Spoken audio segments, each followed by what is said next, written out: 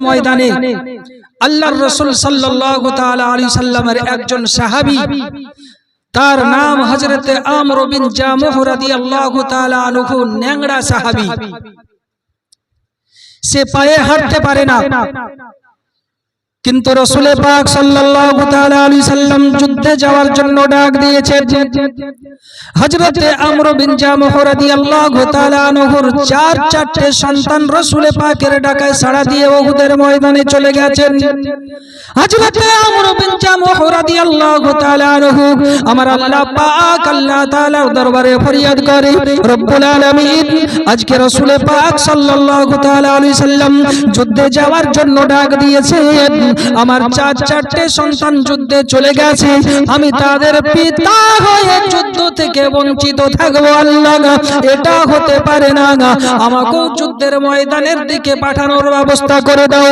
হযরত আমর বিন জামুহ রাদিয়াল্লাহু তাআলা আনহু তার বিবিকে বলে, বিবি রে, আমাদের চারটে সন্তান যুদ্ধের ময়দানে চলে গেছে, আল্লাহ যদি রাজি থাকে রাসূল পাকের ইশক মুহাব্বতে তারা শহীদ হয়ে যাবে, জান্নাতের মধ্যে শহীদের দরওয়াজা তারা পাবে, আমি তাদের পিতা হয়ে বঞ্চিত থাকব, এটা হতে পারে না।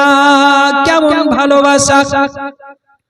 হযরত আমর বিন জামুহ রাদিয়াল্লাহু তাআলা আনহু যখন তার বিবির কাছে বলেছে, তার বিবি বলে, ওগো আমার স্বামী, ওগো আমার মাথার তাজ, আপনি তো পায়ে ন্যাংড়া, আপনি তো হাঁটতে পারেন না, অতএব আপনাকে যুদ্ধ যেতে হবে না। বলেছিল, বিবি রে, তোমার কথা আমি শুনতে রাজি নই, আমার ছেলেরা যুদ্ধে যাওয়ার জন্য প্রস্তুতি নিয়েছে, যুদ্ধে চলে গেছে, এখন আমি তাদের পিতা বঞ্চিত থাকবো, আলাদা থাকবো, এটা হতে পারে না।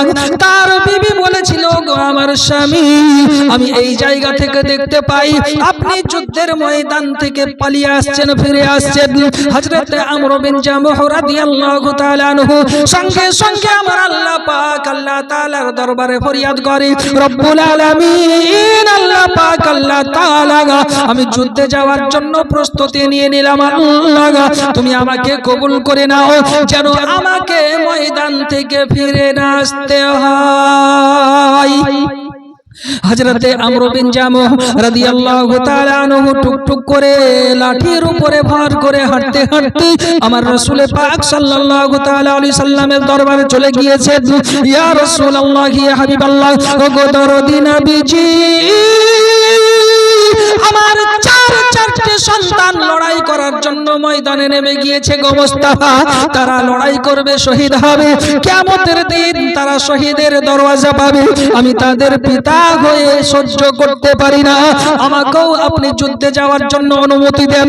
নবী আমার বলে, ওগো আমার সাহাবী, তোমার যুদ্ধের কোনো প্রয়োজন নাই, তোমার লড়াইয়ের কোনো প্রয়োজন নাই, তুমি তো পায়ে ন্যাংড়া, তুমি তো পায়ে অচল হাঁটতে পারো না, ইয়া রাসূলুল্লাহ, ইয়া হাবিবাল্লাহ, আপনি আমাকে অনুমতি দিন, আমি লড়াই করতে যাব, যুদ্ধে যাব।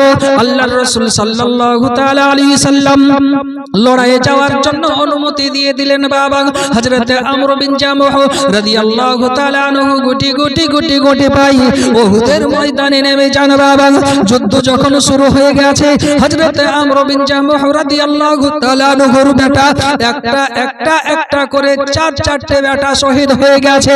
হযরত আমর বিন জামুহ ন্যাংড়া পা নিয়ে ন্যাংড়াতে ময়দানে নেমে গেল। ময়দানে নেমে যাওয়ার পর হযরত রাসূল পাক সাল্লাল্লাহু তাআলা আলাইহি সাল্লামের ইশক মুহাব্বতে যখন ময়দানে নেমে গেছে, সেও রাসূল পাকের ভালোবাসায় মুহাব্বতে শহীদ হয়েছে, শাহাদাত বরণ করেছে। লড়াই যখন সমাপ্ত হয়ে গেল, এবার সমস্ত শহীদের লাশকে এক জায়গাতে জমা করা হলো। হযরত আমর বিন জামুহ রাদিয়াল্লাহু তাআলা আনহুর বিবি এবার তার স্বামী এবং সন্তানের লাশকে ওঠানোর জন্য এক জায়গাতে করে আপনার কিনা উটের পিঠে চড়ানোর চেষ্টা করেছে, কিন্তু ময়দান থেকে উট কিন্তু আর ওঠে না। হযরত আমর বিন জামুহ রাদিয়াল্লাহু তাআলা আনহুর বিবি রাসূল পাক সাল্লাল্লাহু তাআলা আলাইহি সাল্লামের দরবারে ফরিয়াদ করে, ইয়া রাসূলুল্লাহ, ইয়া হাবিবাল্লাহ, দেখুন আমার স্বামী এবং সন্তানের লাশকে উঠানোর জন্য এতটা চেষ্টা করেছি, কিন্তু ময়দান থেকে লাশ উঠাতে পারি না।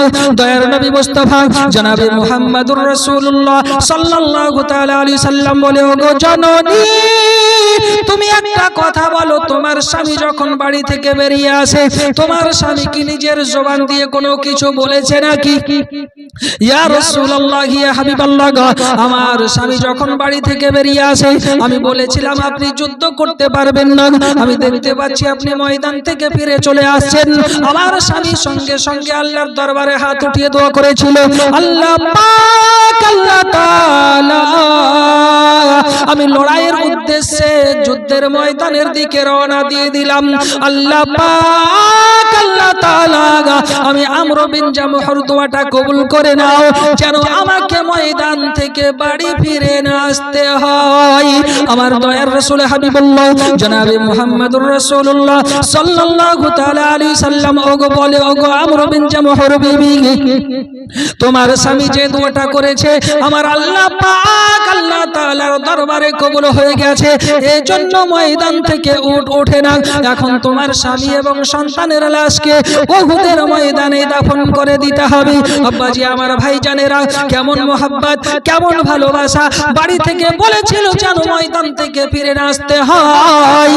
নিজে এবং চারটে বেটা সমেত রাসূল পাকের ইশক মোহাব্বতে ভালোবাসায় উহুদের ময়দানে গিয়ে জীবন দিয়েছে বাবা, এটার নাম ভালোবাসা, মোহাব্বত।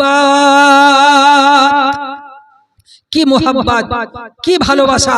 নিজের স্বামী এবং সন্তানকে সঙ্গে নিয়ে যুদ্ধের ময়দানে চলে গেল, নিজের চারটে সন্তানকে সঙ্গে নিয়ে লড়াইয়ের ময়দানে গিয়ে রাসূল পাকের ইশক মোহাব্বতে লড়াই করে নিজের জীবনটাকে কুরবানি দিয়ে দিয়েছেন। এটার নাম হচ্ছে ভালোবাসা, এটার নাম হচ্ছে মোহাব্বত।